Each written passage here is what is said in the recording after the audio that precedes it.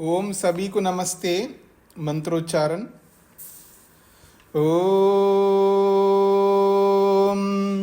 सहनाववतु सहनौ भुनक्तु सह वीर्यं करवावहै तेजस्विनावधीतमस्तु मा विद्विषावहै। ओम शांति शांति शांति।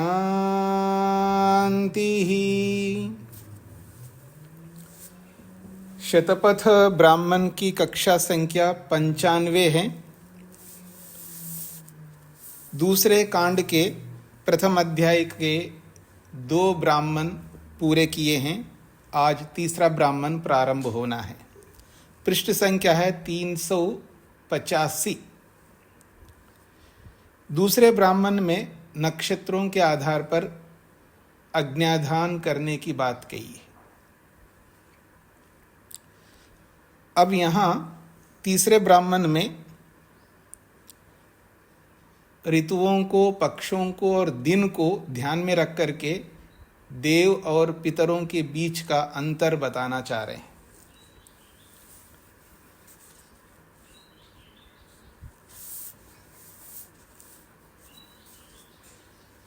पहला खंड है वसंतो ग्रीष्मो वर्षाः ते देवा ऋतवः। वसंत, ग्रीष्म और वर्षा ये 3 ऋतुएं हैं। ते ये तीनों ऋतु जो है देवा ऋतवा, ये देवों की ऋतुएं हैं।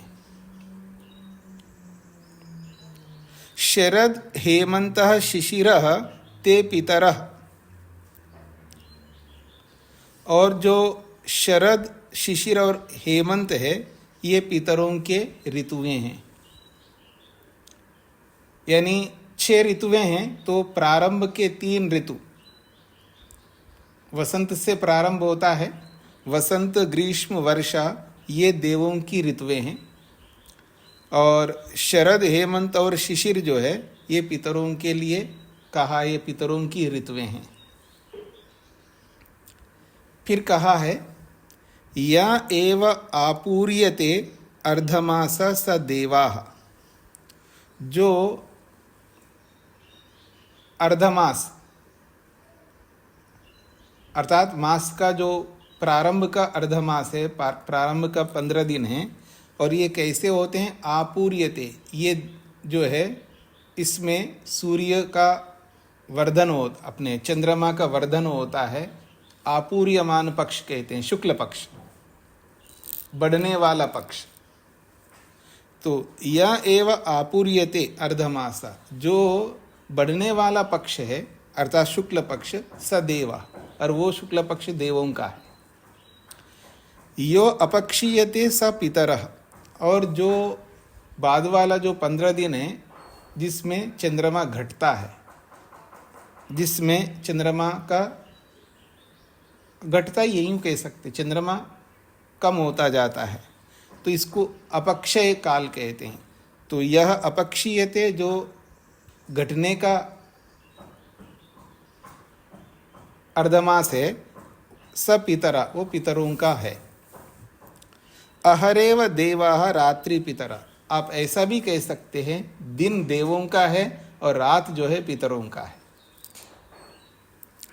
फिर कहा पुनः अहन्ना पूर्वान्नो देवाः अपराह्न पितरा। और एक दिन में भी जो पूर्वान्न है, दिन का जो पूर्व भाग है वो देवों का है, और दिन का जो अपर भाग है वो पितरों का है। ऐसा इन्होंने तुक लगा करके समझाया है कि इसके पीछे रहस्य क्या है, कि ऐसा बताने के पीछे क्या रहस्य है, इसको हम अंत में समझेंगे। पहले इतना ही समझ लीजिएगा, इन्होंने प्रारंभ के 3 ऋतुएं देवों का, बाद वाली ऋतुएं पितरों का, और शुक्ल पक्ष देवों का, कृष्ण पक्ष पितरों का, दिन देवों का, रात पितरों का, दिन में भी पूर्वान्न, दिन का पूर्व भाग देवों का, दिन का अपर भाग जो है वो पितरों का है, ऐसा बताया है। आगे बढ़ता हूं मैं, दूसरा खंड है तेवा एते ऋतवः देवा पितरा स योह एवं विद्वान देवा पितर इति ही हवयति आ ह अस्य देवा देवहूयं गच्छन्ति आ पितरा पितृहूयं अवन्ति ह एनं देवा देवहूये अवन्ति पितरः पितृहूये य एवं विद्वान देवा पितर इति हवयति।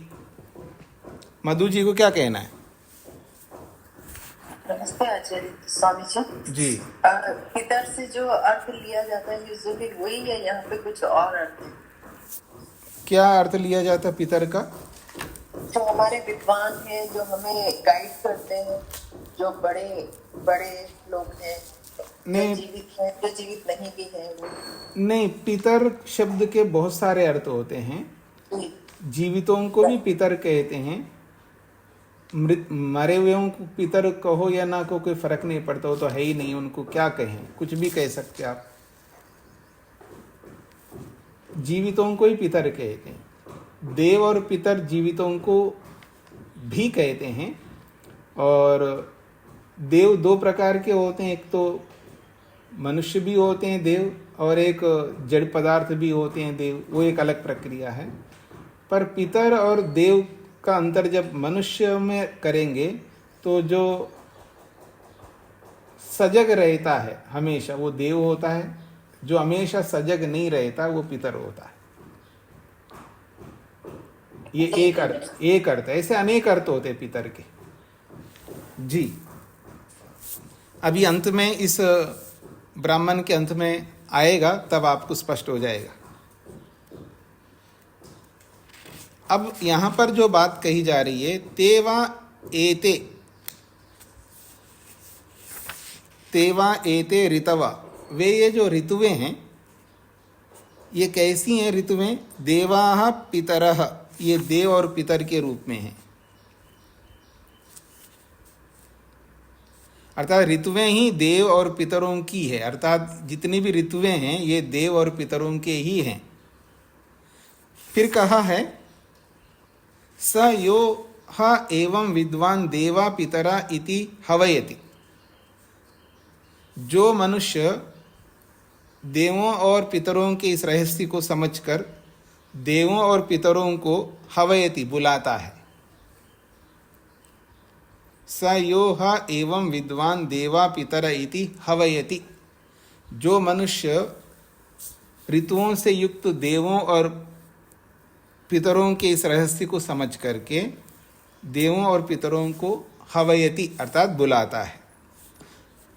आह अस्य देवा देवहूयं गच्छति, यदि वो देव निमंत्रण सुनकर, यानी देवों को निमंत्रण करता है, एक पर बुलाता का मतलब देवों को बुला रहा है, अर्थात देवों को आमंत्रित कर रहा है। पितरों को बुला रहा है, इसका मतलब पितरों को आमंत्रित कर रहा है विद्वान। तो कहते हैं आ अस्य देवा देवहूयं गच्छति, ये जो आ है इस आ को गच्छति के साथ जोड़ना है तो आ गच्छति बन जाएगी। ह अस्य देवा देवहूयं गच्छति, तो आगच्छति कर दीजिएगा। तो कहते हैं अस्या, इस विद्वान के, देवा देवहूयं, देव निमंत्रण सुनकर जो है, देवहूयम का मतलब देवों का जो निमंत्रण है, देवहूयम देवों के निमंत्रण को देवा सुन करके देव लोग आगच्छति आ जाते हैं। और फिर कहा है आ पितरा पितृहूयम, और पितृहूयम पितरों का जो निमंत्रण है वो पितर लोग सुन करके वो भी आ जाते हैं। अर्थात देवों के आह्वान को देव सुन करके आ जाते हैं, पितरों के आह्वान को पितर सुन करके वो आ जाते हैं। तो कहते हैं या एवं विद्वान देवा पितरा इति हवयति, जो विद्वान देव और पितरों को जानकर उनको बुलाता है तो कहते हैं अवंती हा एनम देवा देव हुए। देवों के निमंत्रण सुनकर के जब देव आते हैं उस विद्वान के पास में, वो अवंती, वो देवों की रक्षा करते हैं। और अवंती पितरा पितर हुए, और पितर अपने निमंत्रण को सुनकर के पितर उसके पास आते हैं तो पितर भी उनकी रक्षा करते हैं। अब यहाँ दोनों मनुष्य हैं, श्रेष्ठ लोग हैं, तो देव और पितर एक साथ जब आते हैं तो इसका हमें अंतर करना होता है। देव वो होते हैं जो उभयविध विद्या को जानते हैं, दोनों प्रकार की विद्या को जो जानते हैं उनको देव कहते हैं, और विशेषकर जो भौतिक विद्या को जानते हैं उनको पितर कहते हैं।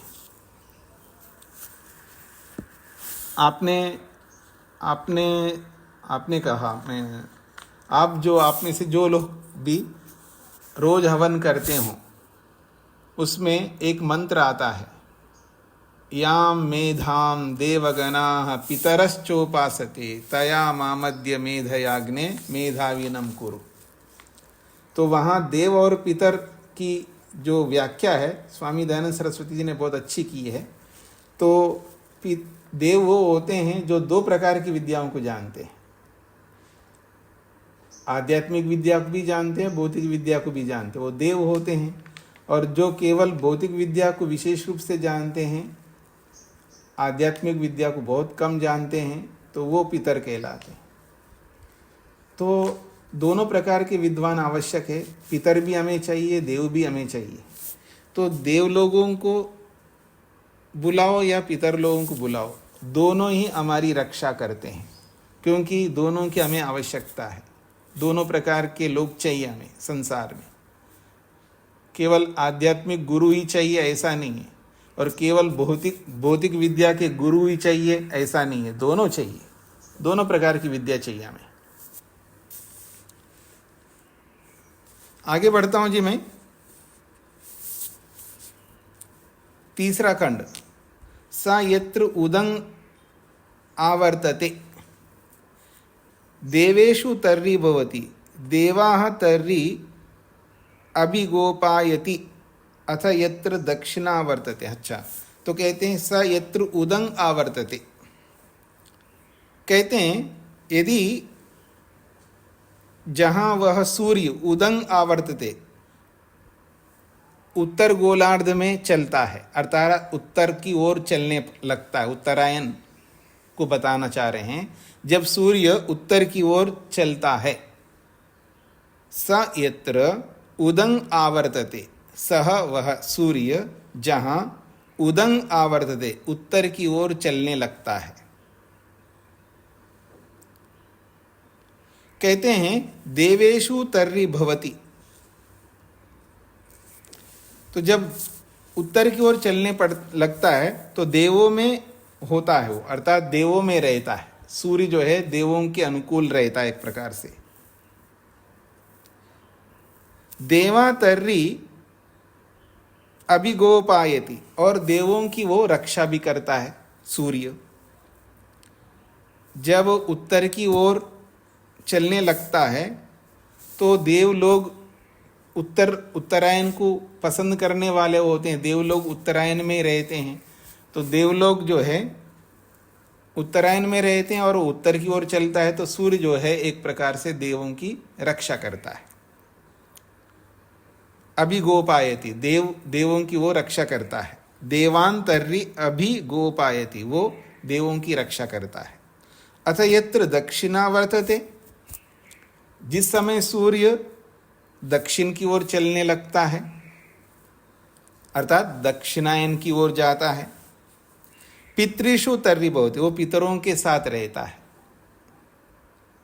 पितरीन तर्री अभिगोपायति, तब पितरों की रक्षा करता है सूर्य।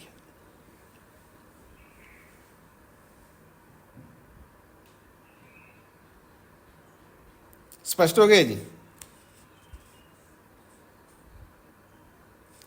अब आगे कह रहे हैं स यत्र उदंग आवर्तते, जब वो सूर्य उत्तरायण की ओर चलता, अर्थात उत्तर की ओर चलता है, तर्हि अग्नि आदधीता, तब अग्न्याधान करना चाहिए व्यक्ति को। उत्तरायण में अग्न्याधान करना चाहिए। जब उत्तरायण में अग्न्याधान करेगा तो अपहत पापमानो देवा अपपापमानम हते, तो कहते हैं जब उत्तरायण में अग्नियों का आधान करता है तो अपहत पापमानो देवा, देव जो है पाप रहित हो जाते हैं, पाप से मुक्त हो जाते हैं। पापमानम अपहते, वो पापों को दूर करने वाले होते हैं।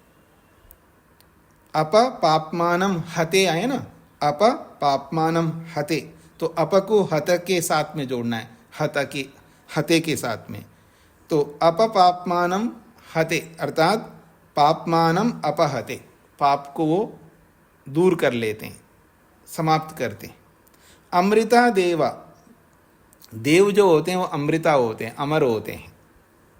न अमृतत्वस्य आशास्ति, देव अमर होते हैं, फिर उसके बाद तुरंत कहा है न अमृतत्वस्य आशास्ति, अमर होते इसका मतलब अमृतत्व की आशा मत करना, अर्थात शरीर में रहते जीते जी मैं अमर हो जाऊं, अमर ही रहूंगा, ऐसी आशा मत करना।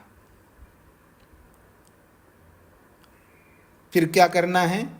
सर्वम आयु एति, हाँ ये कह सकते हैं देव लोग जो है पूरी आयु को प्राप्त होते हैं। तो पूरी आयु को प्राप्त होना ही अमर होना है। देखिए अमरत्व की व्याख्या देखिए यहां पर,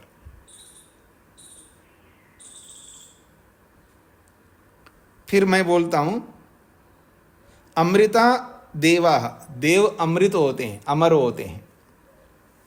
देवा अमृता, देव अमृत होते हैं अर्थात अमर होते हैं। फिर कहा है न अमृतत्वस्य आशास्ति, अमृतत्व की आशा मत करना, अर्थात सदा अमर रहेंगे ऐसी आशा मत करना, यानी सदा शरीर में ही रहेंगे ऐसी आशा मत करना। फिर होता क्या है अमरत्व का अर्थ? कहते हैं सर्वम आयु एति, हाँ वो पूरी आयु को प्राप्त करते हैं, यही अमर होना है। यह तर्रि आधत्ते अथ यत्र दक्षिणा, यह तर्रि आदत्ते, जो उत्तरायण में अज्ञादान करता है वो पापों को समाप्त करता है, वो पूरी आयु को प्राप्त करता है, ये इसका तात्पर्य है। अब आगे कहते हैं अथ यत्र दक्षिणा वर्तते, यदि दक्षिणायन में जब सूर्य दक्षिणायन अर्थात दक्षिण की ओर चलने लगता है, अथा यत्र दक्षिणा आवर्तते, दक्षिण की ओर जब सूर्य चलने लगता है, यह तर्रि आधत्ते, और जो व्यक्ति दक्षिणायन में आधान करता है अग्नियों का, अनपहत पापमानः, वो अपने पाप को दूर नहीं कर पाते। पितरो न पापमानम अपहते, पितर लोग जो है वो पाप को दूर नहीं कर सकते। मर्त्या पितरा, क्योंकि पितर जो है मर्त्य होते हैं। पूरा आयुषो म्रियते, मर्त्या का मतलब है पूरा ही आयुषो म्रियते, वो आयु पूरा किए भी नहीं जल्दी मर जाते। यह तर्रि आदत्ते, जो इस दक्षिणायन में आधान करता है वो आयु से पहले मर जाते हैं। हाँ जी मधु जी। समझी, इसमें जो अग्निदान की बात कही है ये वही अग्निदान है जो हम यज्ञ में करते हैं? नहीं नहीं, आप बार बार मत बदलिएगा, क्योंकि जो आप करते हैं उसको अग्न्याधान नहीं कहते हैं। अग्नि का आधान एक बहुत बड़ी प्रक्रिया होती है, उसके लिए आपको श्रोत सूत्रों में बहुत कुछ पढ़ना पड़ेगा, तब आपको समझ में आएगा। कई दिन लगते अग्न्यादान करने के लिए, बहुत सारे ऋत्विक होते हैं, और गृहस्थ जीवन का एक बहुत बड़ा कर्म माना जाता अग्नि का आधान जिस समय होता है, बहुत बड़ी प्रक्रिया होती है, जिससे दर्श पूर्णमासी की स्थापना होती है। तो ये तो सामान्य अग्न्यादान है जो आप करते हैं रोज, वो वाला अग्न्यादान नहीं है जी। हाँ जी, मैं आगे बढ़ रहा हूं जी। 5वां खंड,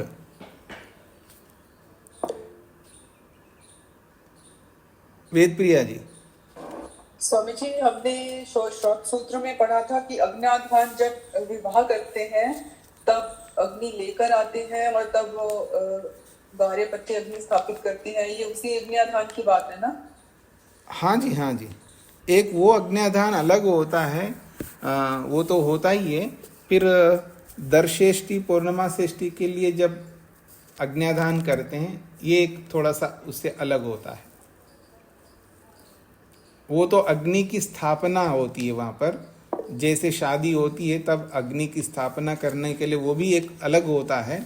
और ये एक व्यक्ति गृहस्थी बन कर के ठीक प्रकार से अग्नियों का आधान करता है, गृहस्थी बन कर के। वो विवाह के लिए होता है एक प्रकार से, वही अग्नि से फिर ये अग्न्याधान होता है दूसरा, ये अलग प्रकार का है जी। तो ये किस संदर्भ में? उसमें तो था विवाह के बाद अग्नि स्थापित करते हैं, तो वो अग्नि जब तक जीवित रहते हैं तब तक चलती है। हाँ, वो चलती रहती है, उसी से फिर ये एक दर्श पूर्णिमा करने के योग्य बनता है वो व्यक्ति, तो उसके लिए फिर अग्न्याधान करता है। ठीक है, उसी अग्नि में से यज्ञाधान करते हैं सर? जी जी जी जी ठीक है। हाँ जी, मैं आगे बढ़ूं। 5वां खंड है, ब्रह्मैव वसंता क्षेत्रम ग्रीष्मो विड एव वर्षाः। ब्रह्मैव वसंता, ये जो वसंत ऋतु है मानो एक प्रकार से ये ब्राह्मण है। क्षेत्रम ग्रीष्म, ये जो ग्रीष्म ऋतु है मानो ये क्षत्रिय है। विड एव वर्षा, वर्षा ऋतु जो है एक प्रकार से ये विड है। विड का मतलब वैश्य, विट, विट कहो विड कहो एक ही बात है। तो ये विट ही वर्षा है। तस्मात् ब्राह्मणो वसंतः आदधीता, ब्राह्मणो वसंते आदधीतः ब्रह्म ही वसंतः। तस्मात्, इसलिए ब्राह्मण, ब्राह्मण व्यक्ति को वसंते आदधीता, वसंत ऋतु में आधान करना चाहिए। ब्रह्म ही वसंतः, क्योंकि ब्राह्मण ही वसंत है।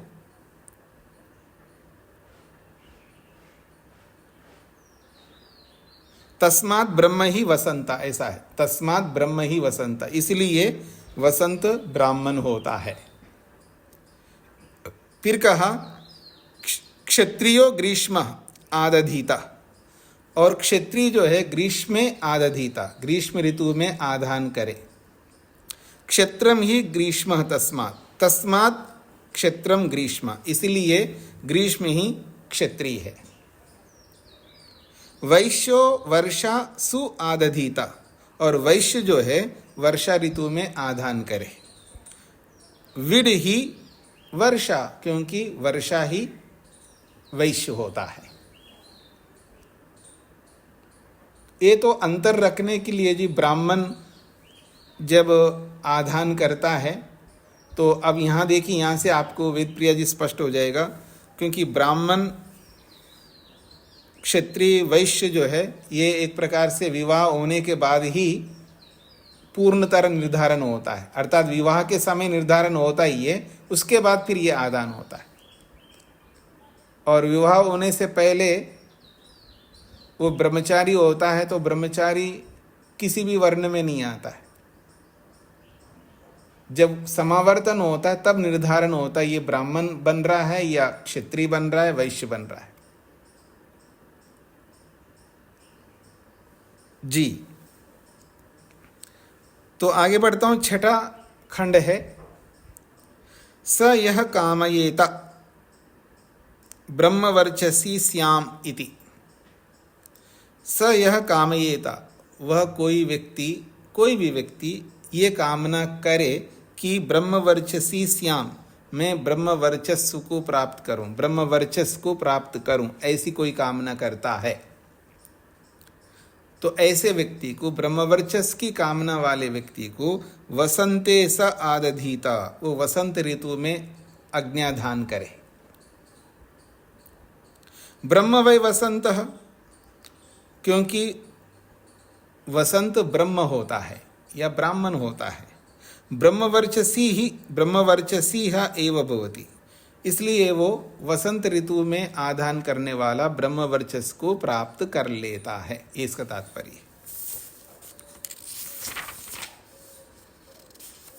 आगे कहा जा रहा है, अथ यह काम ये था, यदि कोई ये कामना करे, क्या, क्षत्रम श्रिया यशसा स्यामिति, मैं बल को, लक्ष्मी को और यश को प्राप्त करूं। क्षेत्रम बल, सामर्थ्य, श्रिया श्री लक्ष्मी और यशसा यश। तो क्षेत्र बल को और लक्ष्मी को और यश को प्राप्त करूं तो ग्रीष्मे सा आदधीता, वो ग्रीष्म ऋतु में आधान करे। क्षेत्रम वै ग्रीष्म, क्योंकि ग्रीष्म ही क्षत्र है, बल है, क्षत्रियत्व है।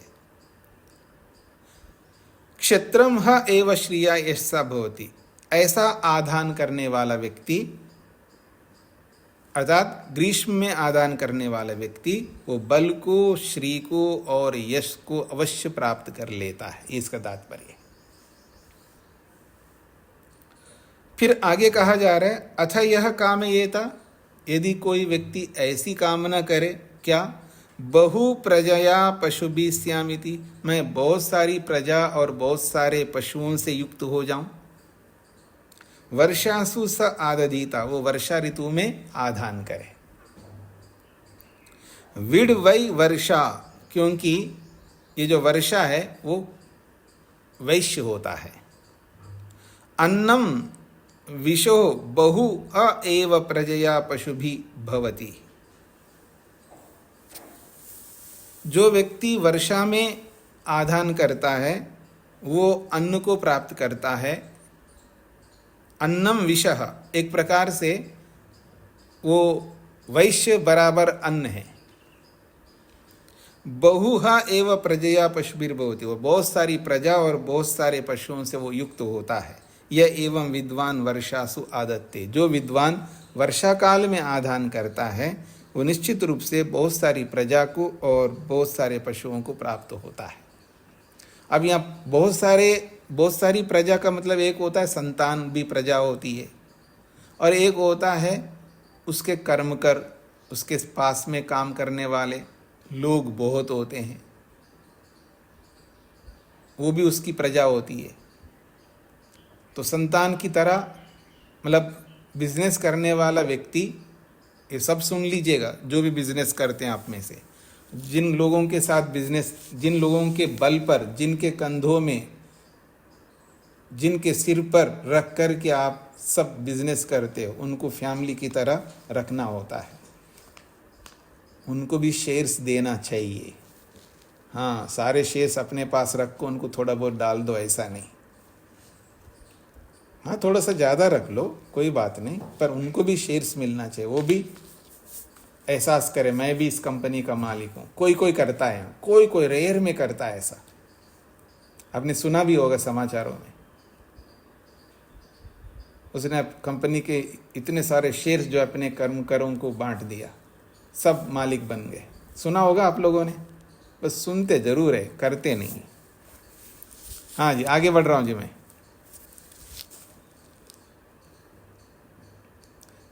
लोगों का दिल जो है ना बहुत छोटा है,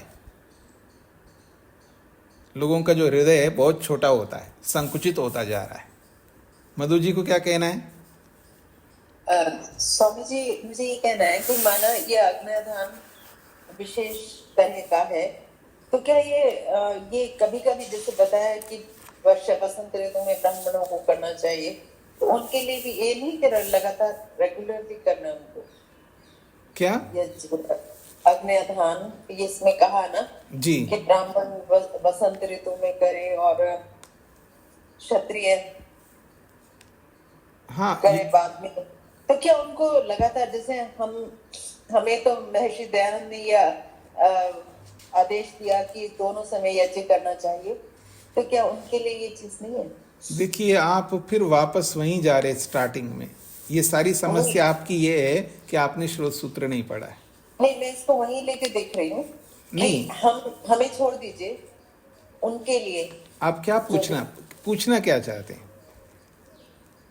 जो ब्रह्मचारी का कोई, आपने कहा कि कोई उनका ये ब्राह्मण है क्षत्रिय ये नहीं तय होता, समावर्तन जब संस्कार होता है तब निर्धारित होता है, तो उनके लिए भी तो इसमें बार बार दिया है ना कि जिस काम की इच्छा है, प्रजा की इच्छा है, तो वर्षा ऋतु में यज्ञ अग्नि का आधान करे, ब्राह्मण है तो बसंत ऋतु में अग्नि का आधान करे।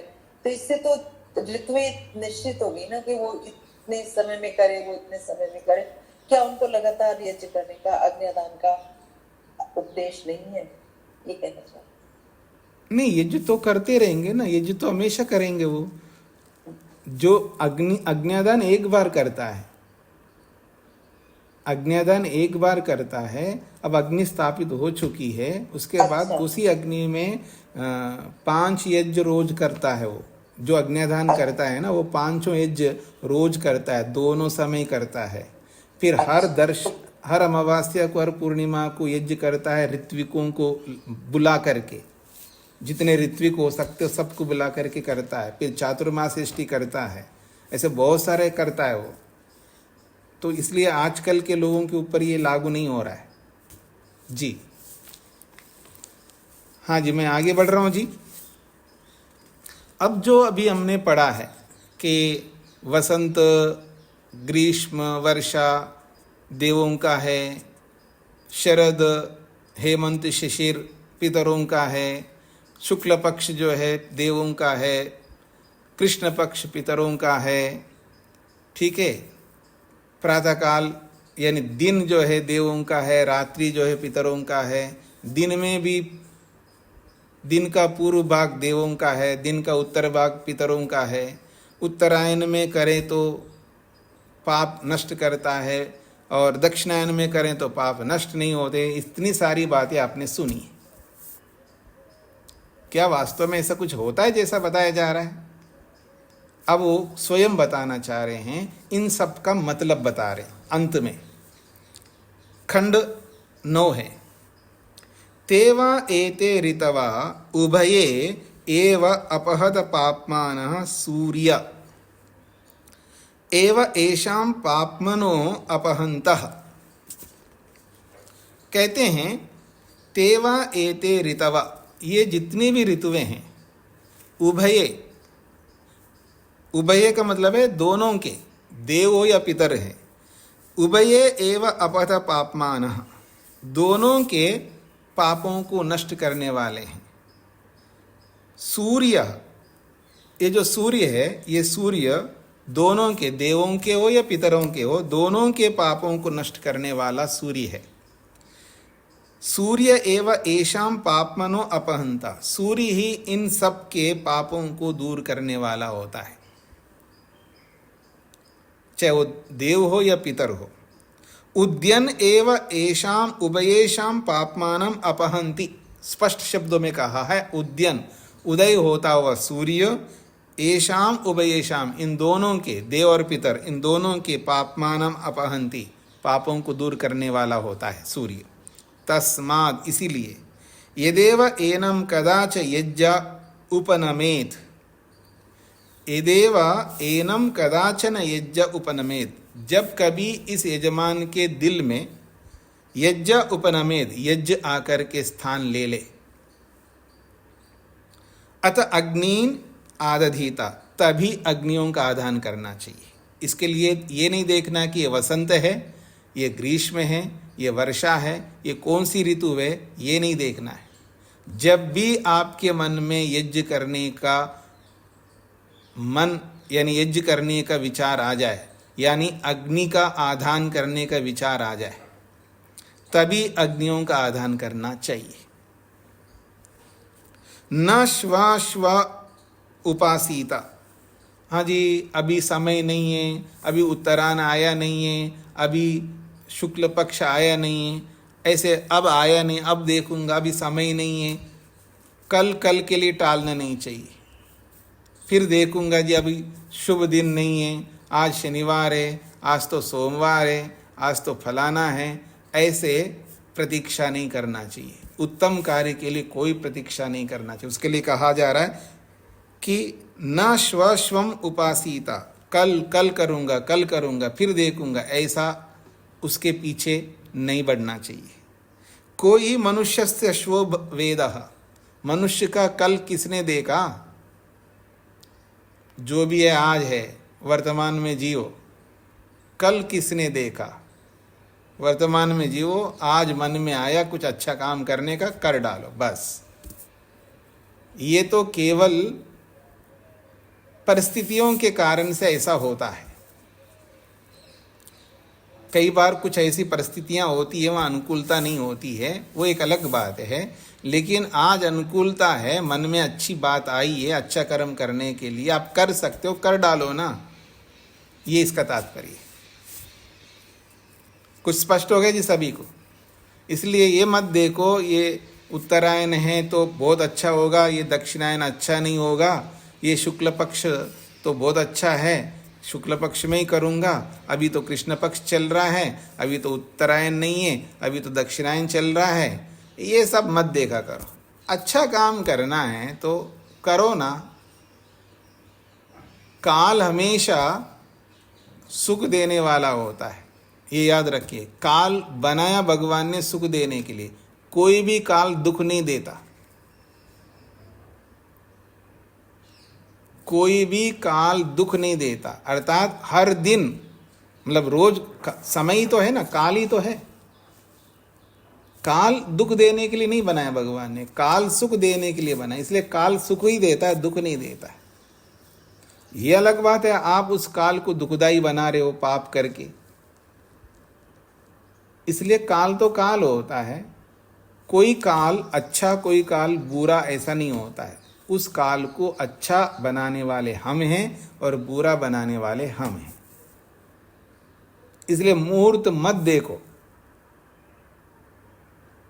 और मुहूर्त जरूर देखना चाहिए।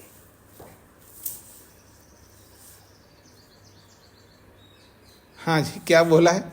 मुहूर्त कभी मत देखो, लेकिन मुहूर्त जरूर देखना चाहिए। अच्छे काम करने के लिए कभी मुहूर्त मत देखना। अच्छे काम करने के लिए कभी मुहूर्त नहीं देखना। बुरा काम करना चाहते हो तो जरूर मुहूर्त देखना है।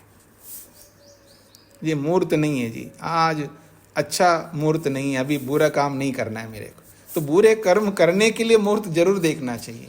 अच्छे काम के लिए क्यों मुहूर्त देखना चाहिए? ये इसका मेरा तात्पर्य है। ठीक हो गया जी? आगे बढ़ूं मैं? अब स्पष्ट हो गया कि ये ऋतु जो है देवों का है, ये ऋतु पितरों का है। तो जो पितर का मतलब है, देव क्या होता है? अच्छा देखता है, कर डालता है, वो आगे पीछे नहीं देखता है। आगे मेरे पास मैं अभी दे दूंगा तो मेरे को कल मिलेगा नहीं मिलेगा, अरे कल किसने देखा, आज है तो दे डाल। और पितर क्या होता है? वो कल के लिए देखता रहता है, और जो अब दे दूंगा तो कल मैं क्या खाऊंगा, कल मेरे क्या कुछ हो जाए तो मेरे पास, अब सारा दे दिया मैं, बांट दिया, और कल मान लो कुछ हो गया, फिर कुछ हो गया तो नहीं रहेगा तो क्या होगा, ऐसा सोच रखने वाला पितर होता है। वो कल के लिए नहीं सोचता, वो आज के लिए सोचता है, वर्तमान के लिए सोचता है। आज अच्छा करने का अवसर मिल रहा है तो कर डालो ना। ये जो अच्छा विचार जो है ना, हमेशा नहीं रहते। जैसे अच्छे विचार हमेशा नहीं रहते हैं, तो आज आप जिंदा है, कल जिंदा रहेंगे नहीं रहेंगे किसको पता है? यही तो कहना चाह रहे। न स्वस्वम उपासिता, कल की उपासना मत करो, कल के लिए मत सोचो। न स्वम उपासिता, न स्वस्वम उपासिता, कल की उपासना मत करो, अर्थात कल के लिए मत टालो। कह रहे हैं कोई मनुष्य से श्व वेदा, मनुष्य के कल को किसने देखा? कौन जानता है कल आपका रहेगा नहीं रहेगा? आज है, आज आपके हाथ में आज, तो इसलिए कर डालो। अच्छे काम करने के लिए कल के लिए मत टालो, ये इसका तात्पर्य। ठीक हो गए जी? अब इन ऋतुओं के बारे में किसी कुछ और पूछना हो,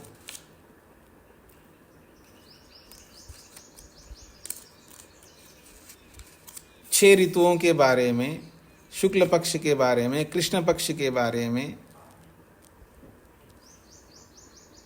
दिन के बारे में, रात्रि के बारे में, पूर्वाह्न के बारे में, अपराह्न के बारे में किसी कोई प्रश्न है?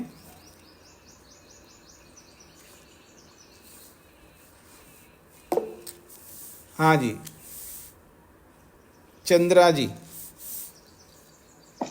जी नमस्कार स्वामी जी। जी जैसे देव भी जीवित हैं और पितृ भी जीवित हैं, तो फिर समय उनके हिसाब से कैसा, मतलब कि रात में पितरों का है और दिन में देवों का है, ये नहीं, कैसे क्या? ये अभी जो बताया था अंतिम खंड में, ये अभी नहीं समझ में आया इसका मतलब आपको? मतलब थोड़ा सा और समझने का है। और समझना है, जब आपके मन में अच्छा कोई विचार आ गया तो उसको आप करो ना, तो आप देव बन जाएंगी। और हाँ देखूंगी, सोचूंगी, बात तो सही है, लेकिन अभी देखूंगा, बाद में इस पर विचार करूंगा, देना है नहीं देना है, करना है नहीं करना है, जाना है नहीं जाना है, तो फिर आप पितर बन जाएंगे। पितर का मतलब जो लेट चलने वाले होते हैं ना, वो पितर होते हैं। जो शीघ्र चलने वाले होते हैं वो देव होते हैं। यही तो बताना चाह रहे हैं यहाँ पर। पितरपन जो है वो देर तक, मतलब देर से चलना चाहते हैं, और जो जल्दी चलना चाहते हैं वो देव लोग होते हैं।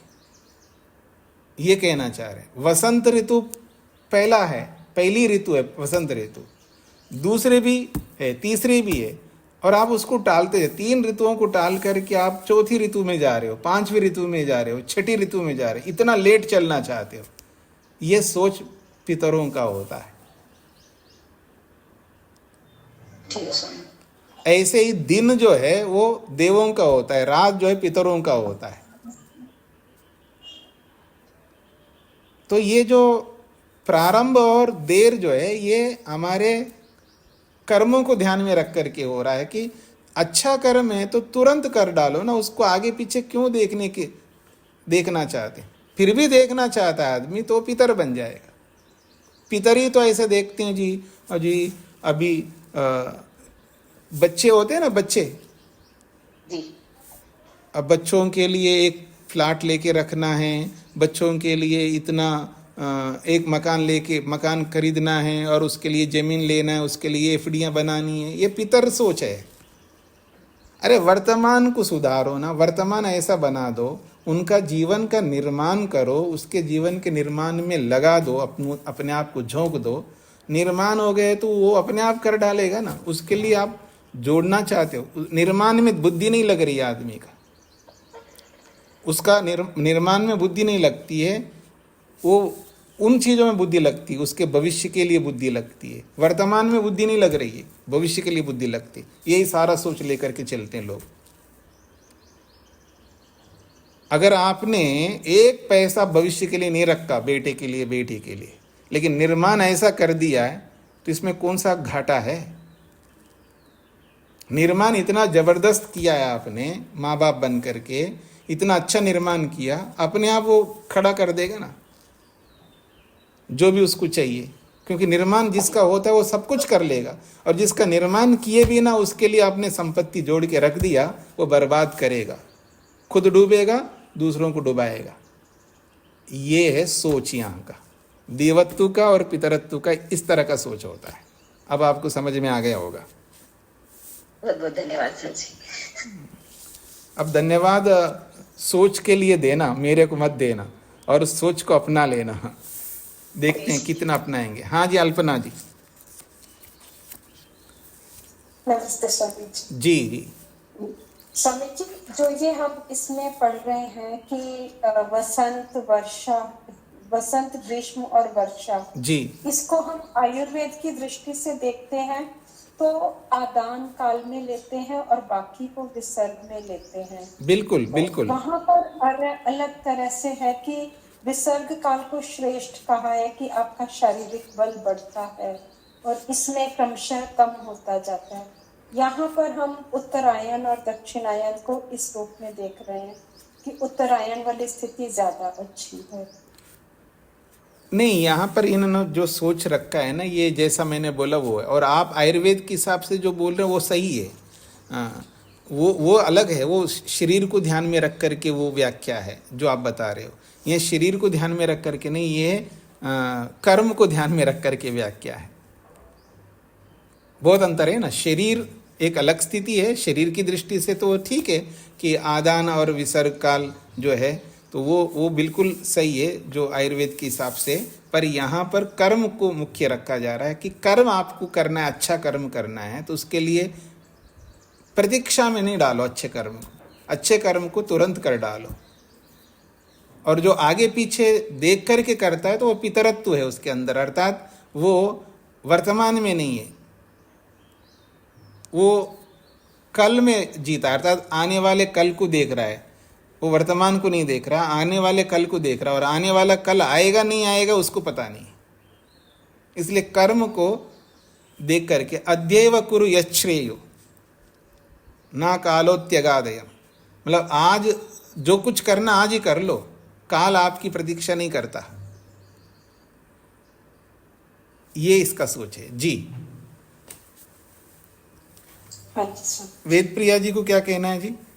स्वामी जी, हमने शौच सूत्रों में पढ़ा था, वहाँ कारण भी बताया था कि ब्राह्मणों को वसंत ऋतु में क्यों अग्न्याधान करना चाहिए, कि उस समय वर्षा ऋतु में बाहर प्रचार प्रसार के लिए नहीं निकलना और पूरा समय वो ब्रह्मवर्चस्व के लिए दे सकते हैं। ऐसा हर ऋतु में कारण बताया था।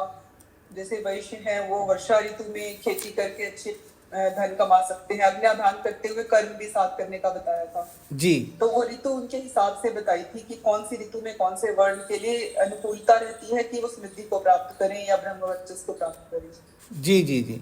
तो उसमें इस बारे में बताया था कर्मकांड प्लस जो हम कैसे हम उन्नति को प्राप्त करें। देखिए जी, अलग अलग एंगल से अलग अलग बातें बताई जाती है, तो वहाँ जो जिस एंगल से जिस दृष्टिकोण को ध्यान में रख करके वो बातें बताई वो भी सही है, लेकिन यहाँ जिस दृष्टिकोण को रख करके ये बात कही जा रही है ये भी सही है, दोनों सही है, केवल सिचुएशन अलग अलग है दोनों का। वो पर्यावरण को ध्यान में रख करके वो बातें कही जा रही वहाँ पर, और यहाँ पर केवल उत्कृष्ट कर्मों को ध्यान में रख करके बात कही जा रही है।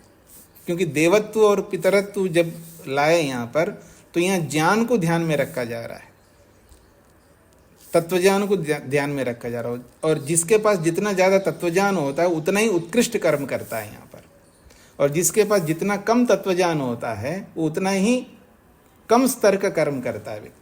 मैं ये तो नहीं कहूँगा पाप करता है, लेकिन उसका कर्म का जो स्तर है वो बहुत कम हो जाता है। विवेक के ऊपर निर्भर करता है ना तत्वज्ञान, जिसका तत्वज्ञान जितना अधिक होता है उतना ही उत्कृष्ट कर्म करता है, जैसे निष्काम कर्म है, और जिसका तत्वज्ञान कम होता है तो फिर वो पुण्य कर्म में आता है, और कम होता है तो वो मिश्रित कर्म में आता है। मिश्रित कर्म पुण्य कर्म एक अलग दृष्टि है और निष्काम कर्म एक अलग दृष्टि है, बहुत अंतर आता है कर्म में। सोच बदलते ही कर्म में अंतर आता है। ठीक है, आप सांसारिक दृष्टिकोण से देखेंगे तो ये आप लोग कहेंगे तो बाबा जी बोल रहे हैं ऐसा थोड़ा होता है, हम तो गृहस्थी है, ये तो गृहस्थी तो है नहीं, इनको आगे पीछे तो कोई है ही नहीं है, और ये तो इनको बोलने में क्या पैसे थोड़े लगते हैं, बोल सकते हैं, हम तो गृहस्थी, हमको बहुत आगे तक सोच के चलना पड़ता है, ऐसा थोड़ा होगा। तो ये व्यक्ति के स्तर के ऊपर निर्भर करता है ना। अगर यदि गृहस्थी भी है और स्तर बहुत अच्छा है तो वो भी वैसे ही सोचेगा जैसा मैं बोल रहा हूँ। अगर ऐसा ना हो तो शास्त्र ऐसा बोलेगा क्यों? इसलिए कर्म को भी देखना होता है, और वहाँ भौगोलिक परिस्थितियों को, व्यवहार को, बहुत सारी चीज़ों को देख करके वहाँ पर जो बात कही है वो भी सही है जी। हाँ जी, और किसी कुछ कहना है जी? क्योंकि ये पूरा अब नया कांड प्रारंभ हो रहा है तो ये बहुत लंबा है, तो और किसी कुछ प्रश्नोत्तर करना हो तो कर सकते हैं आप। अगर नहीं करना है तो हम यहाँ इसको विराम भी दे सकते हैं आज जल्दी। प्रेम जी को क्या कहना है? स्वामी नमस्ते जी। जैसे हमारे पितर पूर्वजों को पितर बोलते हैं, ऐसे भी कहते हैं। नहीं, आप यहाँ कह रहे हैं डेढ़ काम करते हैं वो पितर की उसमें आते हैं श्रेणी में। हाँ, तो ऐसा है कि पितर के बहुत सारे अर्थ होते हैं ना। जो मर गए उनको भी पितर कहते हैं, जो जीवित है अभी माँ बाप जीवित है उनको भी पितर कहते हैं। अच्छा, हाँ जी, हाँ जी। ना आप इस आशय से समझा रहे हो ना जो मन में अच्छा ख्याल है तो तुरंत कर दो, नहीं तो अगर लेट करते तो वो पितर वाली श्रेणी में ऐसे कुछ भाव आता है। हाँ, तो वो वाला भी भाव है ना यहाँ पर। ज्ञान के स्तर पर भी देव और पितर होते हैं, कर्म के स्तर पर भी होते हैं। हाँ, इसलिए देव और पितर के बहुत सारे अर्थ होते हैं ना, वो सारे अर्थों को हमको समझना ही है। जी जी। और कोई किसी का कोई प्रश्न है?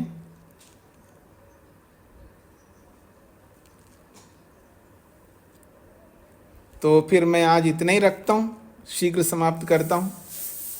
ओम शांति शांति शांति।